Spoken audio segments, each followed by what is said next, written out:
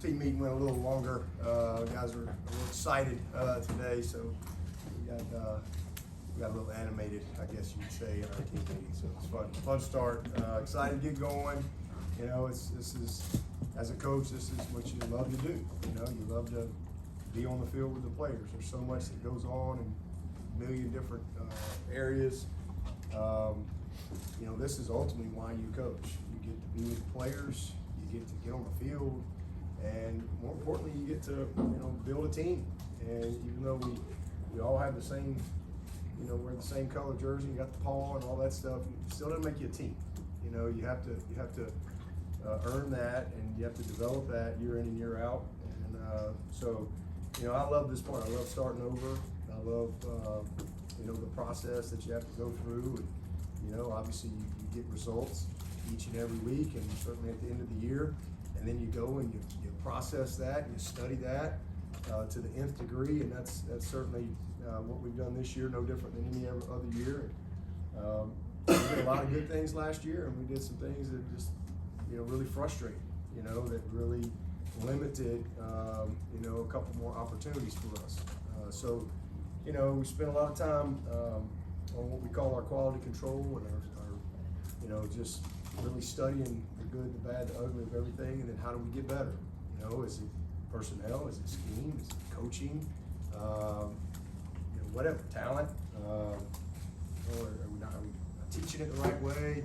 You know, what is it? And then you attack those things. And even though you know you've got this information, it's still a new team. You're not automatically, you don't get to carry touchdowns over, right, from last year. And you don't automatically, just because you were 8th in the country in defense last year, that don't mean you automatically get to start. Okay, we were a great pass defense last year. All right, so you can't neglect that. All right, we got to create consistency in that. But okay, as we study our defense, we were really, really good defensively. But we weren't the type of scoring defense where we were like 32nd in scoring defense. Now, why is that? Well, number one, our offense scored a lot of points for the other team. All right, that's a problem. Okay, you know, when you're down 14-0 and you're giving up -5 yards, that's a problem. That's going to affect your scoring defense, for example. But then also, okay, you're 8th in the country in defense, but then you look and you say, man, we were really bad in red zone defense. Now, first of all, not many people got to the red zone. Very few people even could get there. But when they did get there, they scored touchdowns. So why is that? How do we attack that? How do we improve that? What do we learn from that? And then the other thing is, when they did get to the red zone, it wasn't from a drive. It was from some type of explosive play. And then flip side, offensively, you look at it and you go, okay, man, dadgum. We were about as good as we've been, some of the best teams we've had, 15th in the country in first downs. But yet how come your scoring offense isn't what it needs to be? Well, you look at your red zone scoring. Well, we're 100 and, we're near the bottom. Well, why is that? Well, because we about led the nation in turnovers, in particular fumbles, right? So, and not only turnovers, where the turnovers happen. They didn't just happen, you know, backed up on the -3 yard line or the +3 yard line or whatever. They happen in the red zone, going in to score, and next thing you know, that impacts you. We needed 5 more points a game to be a top 24 scoring offense in the country. 5 points. 5 points. And so there's so much good, and we really, really look at it from the lens that we look at it and the totality of it. And we did a lot of good things. But the bottom line is we everything for us offensively from 2023 goes back to turnovers. Everything. It's all about the ball. And we did a really, really poor job of that. And too many sacks, too many TFLs. Those are things that we got to correct. Quarterback's got to take the next step. Both sides of the ball, we got to get better situational awareness-wise. Those are things we need to improve on. Again, red zone scoring. We moved the ball, 15th in the country in first downs. But, you know, you got to finish in the red zone. And it was missed kicks, blocked kicks, turnovers, fumbles, you name it, all across the board. And that impacts you greatly. And so it's a very small margin for error, and but all things that we can correct for sure. And then another step in our passing game, and from, I would say, explosive chemistry, if you will, probably be the word I would say. Some of that is just availability. Some of that is just guys taking the next step, minimizing some of these disaster things that we dealt with. But all in all, you know, it's been a good process to go through it. Special teams, when you look at it, no big shocker. Our biggest issues were field goal, and we tried to, you know, you had a young guy that wasn't ready, number one, but we've also gone and recruited, and we'll see how that translates. But we feel like we've got an opportunity to get better there. And then the other thing is punt return confidence. You know, you look at Tyler Brown, he averaged almost 15 yards in return, but he lost his confidence, so we had to fire him. And you know, he wasn't ready for that, and you know, it was affecting him in other areas. We lost Antonio Williams, he's out. You know, we lost Cole Turner, he's another punt returner for us, he's out all year. So all of a sudden we kind of lost some confidence in that area.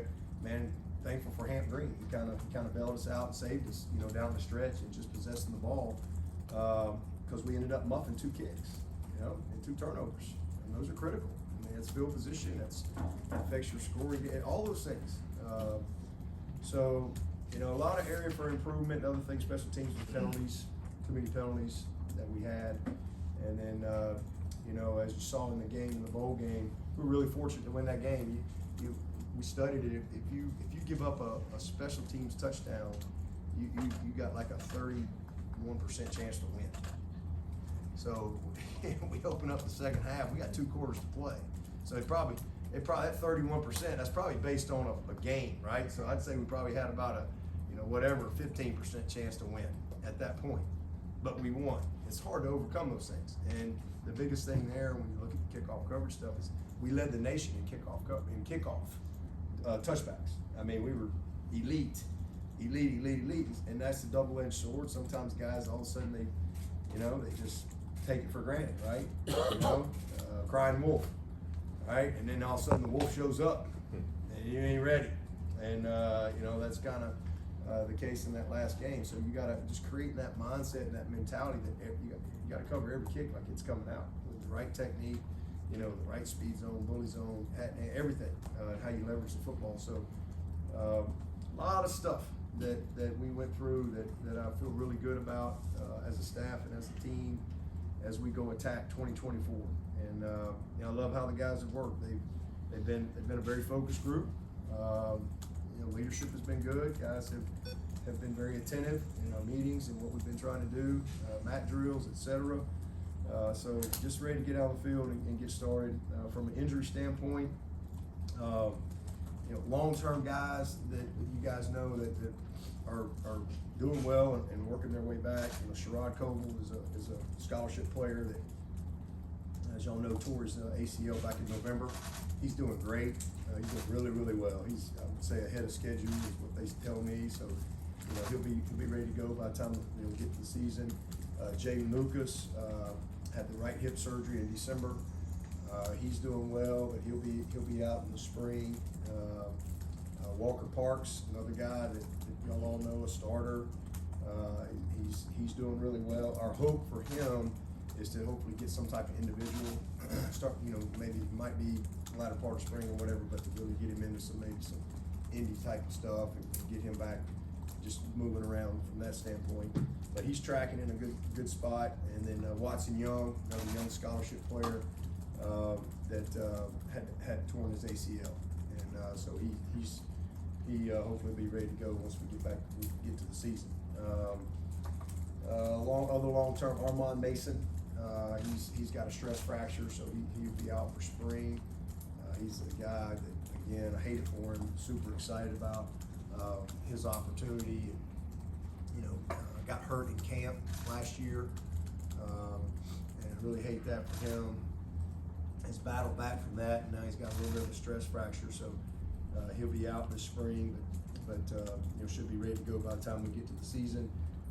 Tyler Brown, you know, had the foot surgery. He's doing great.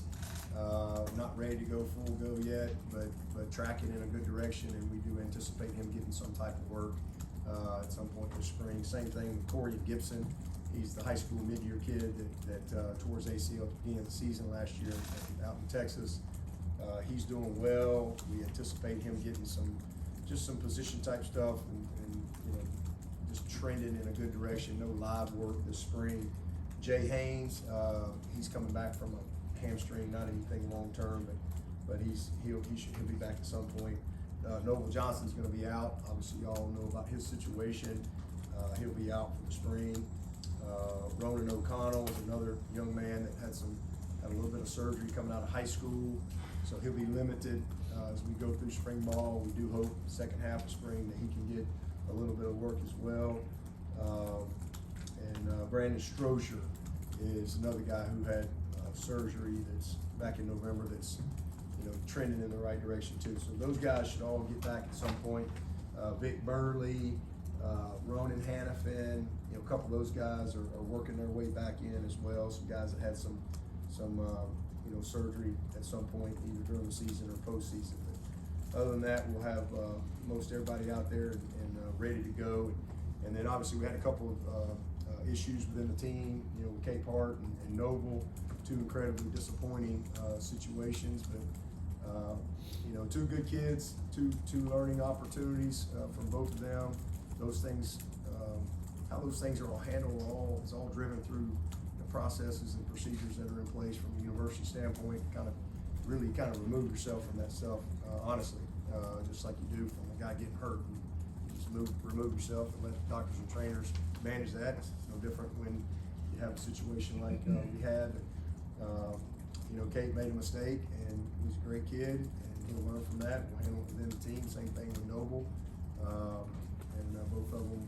Noble especially very fortunate that it wasn't worse than it was, and so it's an opportunity to teach, an opportunity for guys to learn, and again, nobody's immune to young people doing dumb things from time to time. It's how you respond to those things. It's how you teach, how you grow from it. And we'll use it as such. With that, I'll take whatever questions you got.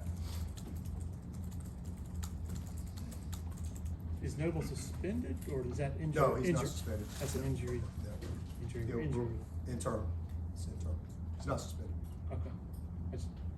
Dabo, the way you guys finished up last year, how much did that infuse this winter's workouts and what you're going to see out there in the spring? Yeah, I think it's really, and honestly, it's tied into what we just talked about from a quality control standpoint. The first 8 games we were 60-something% in red zone scoring, and we were 4-4. Last 5 games we were 5-0, we were almost 90%. You took a knee against South Carolina and somebody else, might have been North Carolina or whatever. Throw those out. It's amazing, and we won the turnover margin in those 5 games, and so I think that's created a lot of confidence, with this group. They see what they're capable of doing, and so it's certainly some wind in their sails, an opportunity to build on it, and I think they've used it that way. You still got to start over, but there's good leadership. This is a team that's got good leadership. They're I was just telling Ross coming down here, so it's a very, I've stood in front of a lot of teams. This is a very attentive group. That's a word I would use. And they're very attentive, and I like that about them. And I think they're intentional in what they want to do, and if their commitment matches up, then they'll have a chance to be a good team. But we got a lot of work to do, man. A long way to go. And, but I think from how they worked, and it's one of the longer off seasons we've had too. We finished a little earlier than we normally do, certainly the year before. So I think we're in a good spot. Everybody's eager to get out there and go. We got 15 days, and the goal this spring is to install what you want to get installed from a schematic standpoint. But it's more how you do it and why you do it as opposed to what we're doing. That's the big part of spring ball. This is time to experiment. This is when you really, when you look at our breakdowns from last year, it's fundamental stuff. It's back to the basics. It's fundamentals. It's your eyes. It's technique. So we'll spend a lot of time this spring kind of trying to really reinforce the details of what we do. We'll certainly get off the installation, but how we do it and why we do it that way. How do you anticipate early enrollees factoring in spring practice? Anybody you're particularly excited to see out Yeah, there for the first time? I'm excited to see all of them, because this is the first time for me to see them. So I wouldn't really want to call anybody out, from a football standpoint. But I can just tell you from what they've done in the weight room and watching them through mat drills, and it's a mentally tough group. I mean, that's one of the things I told the seniors in their senior meeting today is I'm really impressed with this young group. They've got a mentality that's hard to coach. It's hard to teach that. And at the end of the day, to win at the highest level in anything, you got to have a certain mindset. And I have seen that from the group. I haven't seen anybody cave.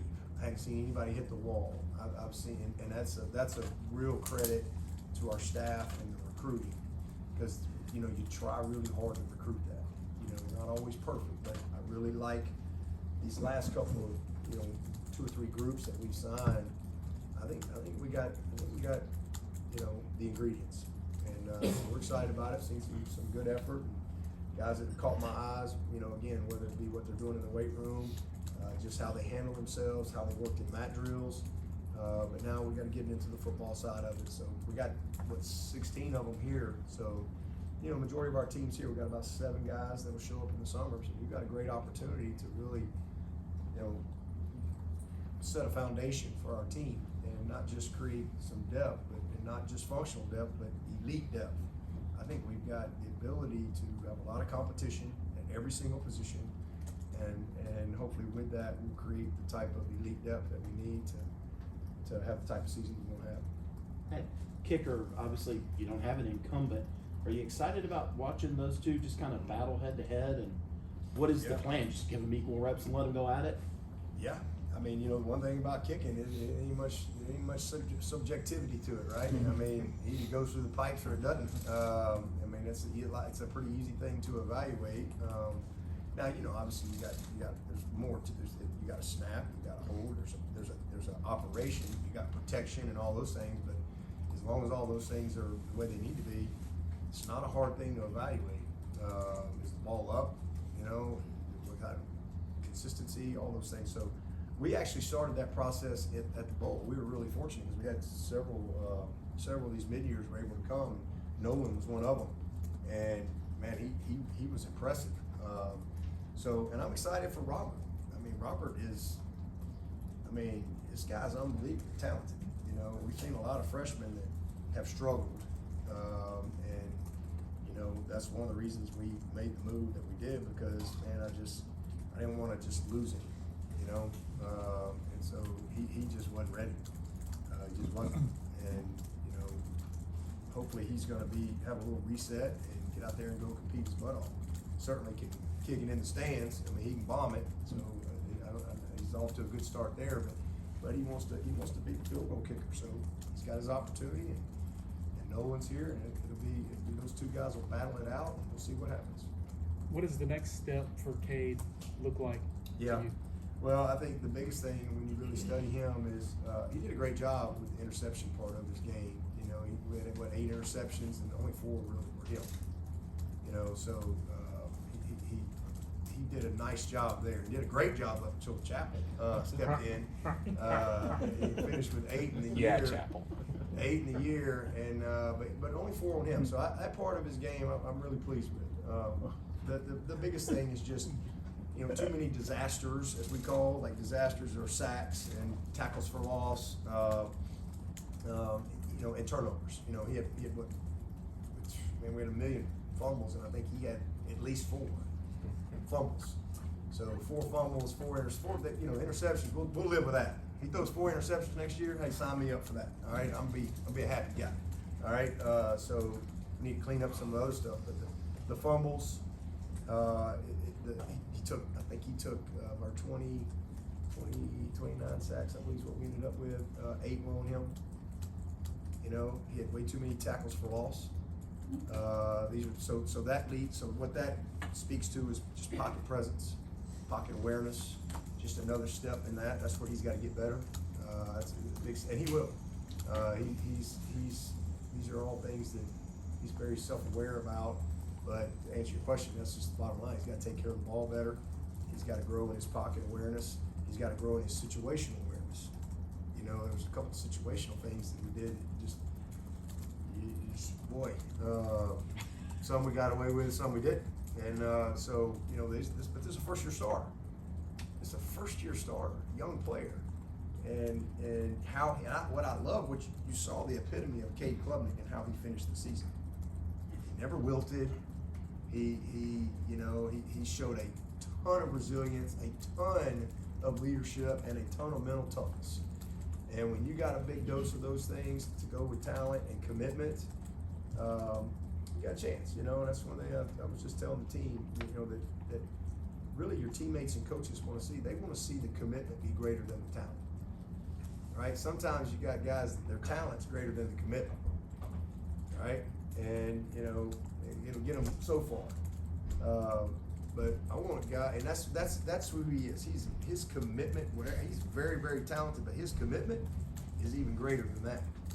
And that drives everything with him. I'm a big believer in Cade Klubnik. I'm a big believer, and I love everything about that kid. And he's got to get bigger. He's got to get stronger. You know, some of those fumbles were just he's not strong enough. He's got to have a little more collision. What's the word I'm looking for? Girth, maybe. I don't know. A little collision. Sustainability, you know, where that ball doesn't get popped out, you know, and so some of the basic fundamentals that he's got to work on, but you know, that's it. Those are all things he can do stuff about, and then I think, you know, we've got to again create that explosive chemistry. And you know, you show up here last spring, we had like one scholarship receiver out there, literally. I think it was one last spring, and so and then you get into camp, you go all through camp, and two of your best guys they're not there. So now the plus side of that is I think we were able to develop some guys last year that it's really going to pay off for us this year. You know, all of a sudden, boom, here's Tyler Brown, right? Stellato was able to finally, even though he hadn't had a spring, he hadn't had a summer, he's out of camp, all of camp. He got cleared Tuesday of the Duke game. That's when they said, all right, you can play. And so at least he had a chance to play some and make some plays, and so, you know, hopefully that'll grow from that. I think we all know what Adam Randall can do, and he's had to battle through some things. And man, I really saw him kind of gain his confidence and kind of figure out who he is. You know, kind of like you've seen with Maffa. Like Maffa knows who he is now. I think Adam Randall's kind of figured out who he is, and he's got that confidence to go with it. And so I'm excited about it. I really am. But that explosive chemistry that you have to have, and it doesn't just, you don't just flip a switch and have that. It takes a million reps, and so the availability of guys I think is going to be a real plus. And you know, everybody's here. We got one more coming this summer, TJ, that we're excited about getting him here as well. You know, love our skill group, love our tight ends. I think Brenny is coming off he's coming off a great year. Brenny's got a chance to leave here with a bunch of records. And you know, he's shown what he can do, and we love the depth that we have behind him. So a lot of things to work on. I mean, you know, from a team standpoint, it's all about center. You know, what we're going to do at center.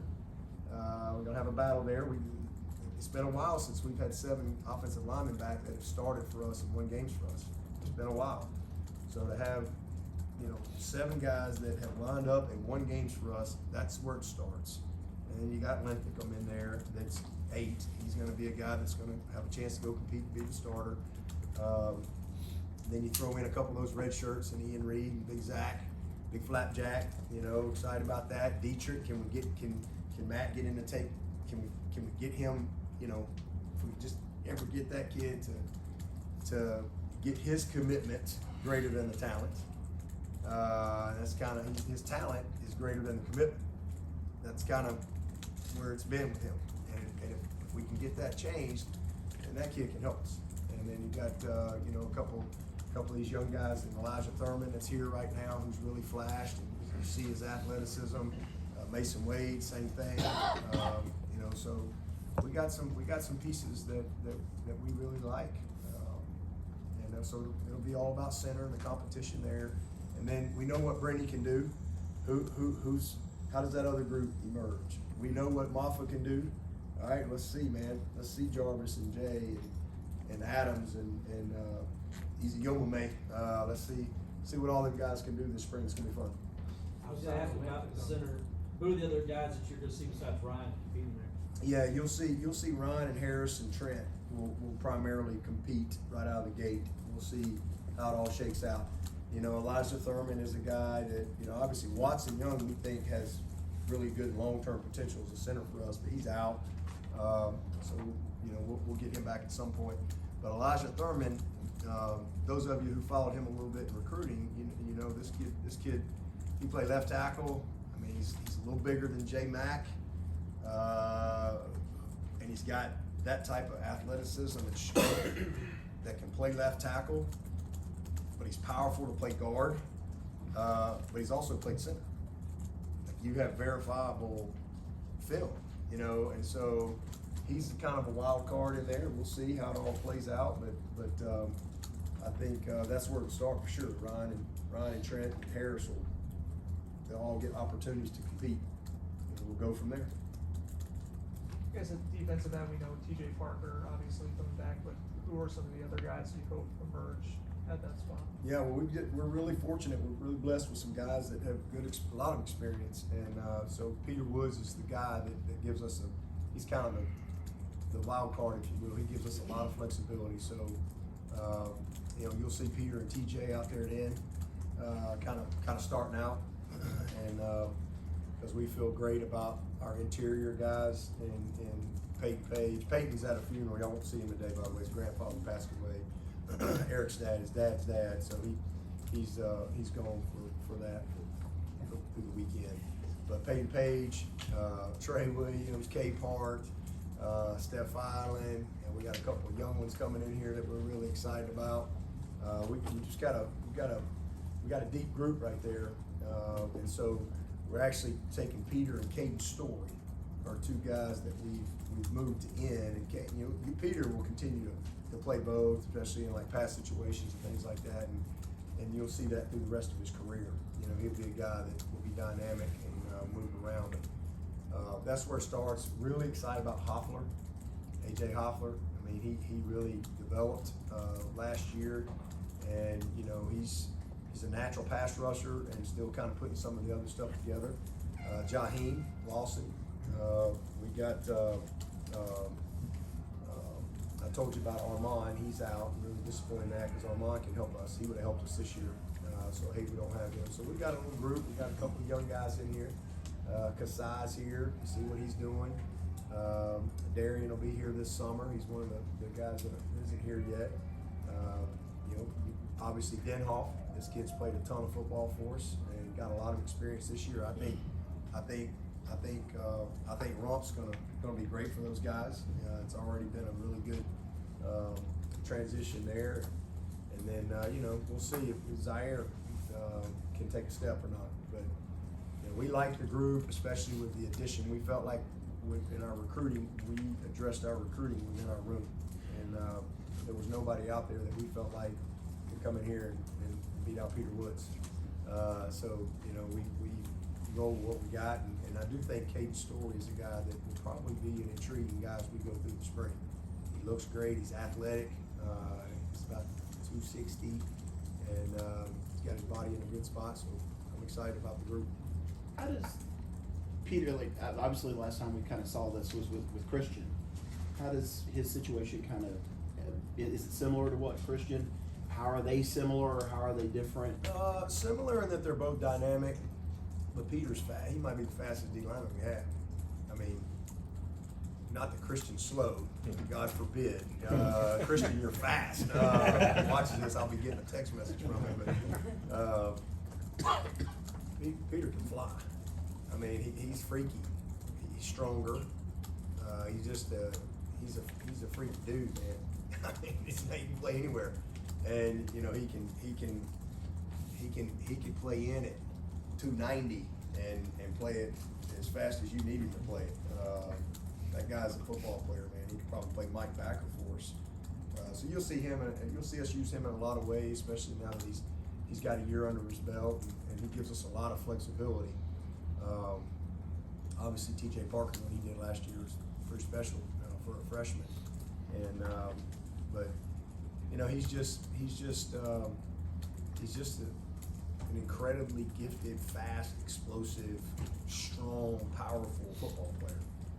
And really understands the game. Played at the highest level, 7A, played at 5 state championships in a row. I mean, the kid's just he's a winner. He's a grinder. He's got the mindset that you want. So all those things bode well for us.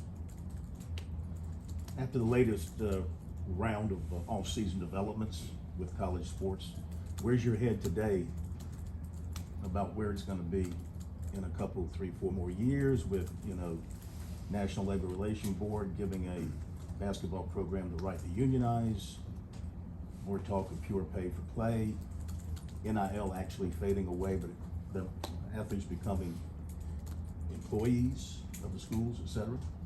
I'm voting you for commissioner. You're gonna figure it all out. No, I haven't figured it out. I'm wondering what you're thinking. Yeah, well, I'm just worried about practice today. That's what I'm thinking. I'm focused on what I control, and that is, my effort, enthusiasm, and attitude to go coach and teach and lead today, and inspire and motivate. That's what my focus is. All the rest of that stuff, nothing's changed for me. I mean, there'll be more dominoes coming. What that looks like, I don't know.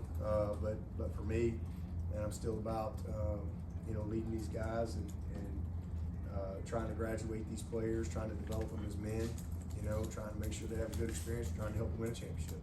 And that's never going to change for me. Do you have a strong opinion on what they do with the early signing or with the signing periods? Yeah, there was a lot of talk. We had a lot of conversation about that at the coaches convention, and I actually spoke on that some in our kind of private meetings there. But I didn't really care. I just wanted to move it up anywhere. I mean, whether it's 1st of December, middle of November, August 1st, I could care less. I just wanted to, I'm for anything earlier than the portal, because I think it really hurts the high school kids. I really do. And so I think it gives the high school an opportunity for those kids to be signed before the portal opens. I think it's a positive. I don't know, has that happened yet? I know there's been some talk about it, but hopefully that'll happen. Yeah, well, all those conversations come up though, and I know for me personally, the last couple of weeks, from friends to coworkers to complete strangers, they've said they should move the signing period up. And I go, who said that last year? Dabo Swinney. He's been saying that. And you get a lot of flack for the comments they get taken out of context, spread nationally from what you say in some of these press conferences. How much of that though is conversations that you are having with coaches and you're just the one who's willing to say it in front of a microphone? Yeah, actually, if you could probably go back about 7 years, before we ever even had an early signing period, I was beating that horse and talking about, I presented it at our AFCA coaches meetings, I presented it to the ACC, didn't get much traction. I talked about why we needed an early signing period, et cetera, et cetera. I'm not looking for any credit for any of that stuff. I'm just glad it happened. But as far as all the national stuff, I don't know. I mean more of like how much of that is like you've been thinking on this and feeling this in your heart, and how much of it is you and other coaches that this is a narrative that we just don't hear from other people, but it's conversations you guys as coaches have been having and fighting for behind the scenes. Oh my gosh. Honestly, we're one of the few professions where I think the experts in the profession don't have any say. I don't know if that makes sense, if you get a toothache, you go to the dentist, right, and you open your mouth, and if he says, dang, you got a root canal, you need it right now. Well, what are you gonna do, Corn Blue? You just Drill. You got a drill, baby. You're just like, well, fix it, right? You don't know, right? Drill, baby. This is what they do, and we're the patient walking in the way. Okay, if you go see the doctor, and then all of a sudden he goes, man, golly, we got to put a stent in you right now. Like, you just kind of trust the experts and what they do, and it's a really interesting phenomenon. I mean, honestly, because I've been in college football since 1988. I've done it all. I've walked on. I've been a scholarship player. I've been a coach, GA coach, I've been a head coach. I've been with 18 to 23-year-olds for 30 years. I've been one, I've raised 3 of them, and I've lived with them for 30 years. I've been doing life with this age group. I've got a lot of knowledge. You know, I got a PhD in 18 to 23-year-olds. I do.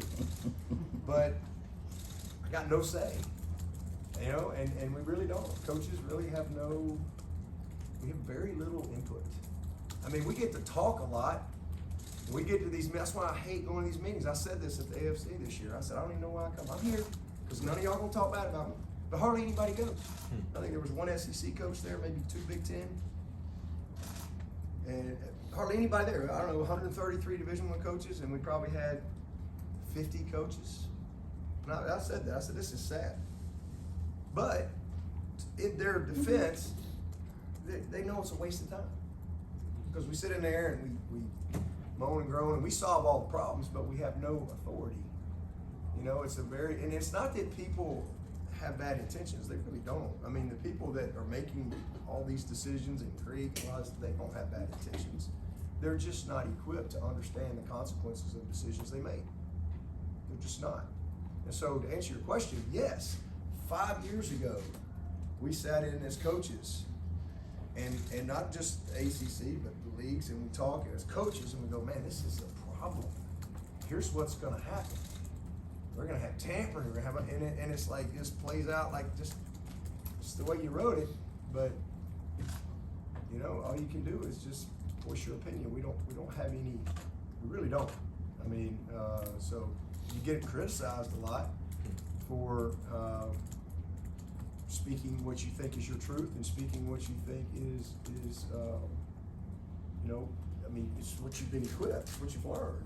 You know, I've spent my lifetime, you know, a part of this game and learning and watching and so, you know, it just kind of is what it is. You know, it's like we can all right now, I mean, all the adults can say, man, this train is fixing to just run off that bridge and it's gonna crash and don't do anything about it.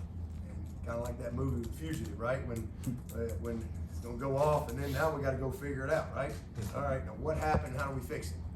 All right, who's the one-armed guy? All right, how do we fix it, right? And eventually it'll get there. So again, maybe that's an answer to your question too. Sometimes bad things have to happen before things get better. And unfortunately, that's probably where we are in college football right now. What I wanted to get to was, you know, you're on record as saying, if you pay them like employees, I'm out of here. I'll go find something else to do. Yeah, I I've mean, always said I'm against the professionalization. But it's of trending college that way. athletics. Well, we'll see. I think the best thing for coaches in the kind of the world we're in right now is for them to be employees.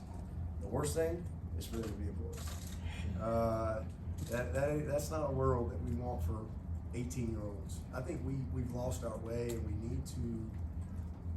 We have to. I don't care what. I'm all for the NIL. I think NIL is awesome. I really am. I'm all for enhancing the scholarship however you want, but I also understand the reality that 98% of these kids aren't going to play in the NFL. We need to educate our young people in this society. Nobody talks about the value of an education anymore. It's $125,000 to $145,000 a year for every kid that comes to Clemson, every single year. Football player, and that's $30,000 to $45,000 in cash in hand and everything that goes in between it. And that's not even counting the NIL. So we've created great opportunity and we should create more. I just want to see us incentivize education. I want to see us, I mean, there's so many things we can do. We could create 401ks, you know, like the real world, right? If you take your money out early, there's a penalty, you know, but these are 18-year-old kids leaving home for the first time in their life. And, you know, we're sometimes setting them up for failure. And so, you know, it is what it is, but you know, hopefully at some point we'll find a better place where we're not just firing 18, 19-year-old kids because they, you know, aren't quite as fast as we thought they would be, you know, or they're a little homesick or whatever. So, you know, it's just, there's a lot that'll come down the pipe, down the road, and you know, but I love what I do. I love the challenge of it. I love the challenge of putting a team together. And just, you know, focusing on my guys, focusing on helping fulfill the purpose of this program. and really the purpose of my life, you know, which is to glorify God, to be a great husband and father, and to use this platform of education and football and build great men. That's my purpose. That's what I do. That's what I wake up and do. That's what drives me. None of the rest of it drives me. That's what's always driven me. And none of that has changed. And I think there's a lot of great things that will eventually come about, you know, but there'll probably be some bad things happen along the way that we'll all learn from, and somewhere along the line somebody will say, you know what, we gotta be a little smarter in this area. Got about 3 or 4 more minutes. How important is it that you get some competition at quarterback, and how realistic is that during this course of spring practice? Yeah, well, that's we'll see. I'm excited about CB. You know, we signed him with the intention to redshirt him. That was part of what we sold him in the recruiting process. Hey, we're going to redshirt you. Cade's going to be a junior. You'll be a redshirt freshman. He was only 17 years old, so he kind of bought into that plan. And then you know, he got some reps. And, you know, but you get into camp. We were going to rep 3 quarterbacks. You know, you got Cade, you got Helms, you got Paul. You're trying to get ready to play, and so he didn't get a lot of reps. He got mostly mental reps. That's why I was really excited about what I was able to see in December. I was able to see him really show some development, and so this is a big spring. So yeah, I'd love to see some competition. Absolutely, you want to see everybody go out there and compete. But the big thing is by the end of spring, man, you know, it's his job, CB, to prove to us that he can win for us. He can compete with Cade. He can win games for Clemson. We need that from him. And then same thing with Trent. We need him to take another step. And we like our 3 guys. So, you know, this is a big spring for CB because now he's going to get all those 2 reps, and he's going to be able to put all that mental work that he got in the fall, you know, with the physical work, and hopefully we'll like the result. But, you know, you can ask me again at the end of spring on kind of where we are, and I'll let you know. But, you know, right now going into it, we're excited about him, but I need to see it. You know, there's no question about who our quarterback is or anything like that. I mean, we're all in with Cade Klubnik, but I would love to see CV by the end of the spring. Everybody go, okay, yes sir. That's what we recruited. That's what we expected to see at this point. So it's on him to go do that. Going back to Peter moving outside, will he stay the same way, or maybe a little bit? He'll probably lean up a little bit. You know, I mean, he's a pretty lean dude. He don't, you know, we track all that stuff all the time. You know, their body composition and muscle mass and all that. But you know, he'll play at a lighter weight for sure at end. This is going back a second, but you were reportedly contacted for the Bama job after Saban's retirement. Any comment on that situation at all? No, other than just, you know, I'm happy for Alabama. I love Alabama. That'll never change. And but I love Clemson too. I'm happy with my job. I'm happy for Coach Saban. Had a great conversation with him, and what we talked about will stay between us. But you know, just focused on what I'm doing. At linebacker, obviously Barrett's played in the middle before, but plan to keep him at will. Yep. And then what's kind of the plan at Mike? Woodass, yeah. They both can play Mike and Will, but you know, starting out in our nickel package, you'll have Barrett and Will, and you'll have Woodass and Mike. That's kind of where it starts, and then if we get into you know, a bunch of 12 personnel type teams where we need a big Sam, you know, Woodass would be our first big Sam. Kobe will probably slide in there right out of the gate, and you know, really love Kobe and McLeod and his development. You know, he's learned how to, he's gained a lot of our confidence, and then we'll figure it out from there. You know, D's got to take another step. Jamal's got to take another step. These were true freshmen. D actually was able to redshirt. We actually saved his redshirt. Jamal played, was probably one of our top special teams guys, and then we got Drew is coming in the summer. Cooper Taylor's coming in the summer. And then obviously Sammy's here, so we'll see where he is. He'll start out at Mike, and we'll try to let him see if we can make some progress and learn him that this spring. All right, thank you, Coach. Okay, appreciate it. Thank you. Thank you.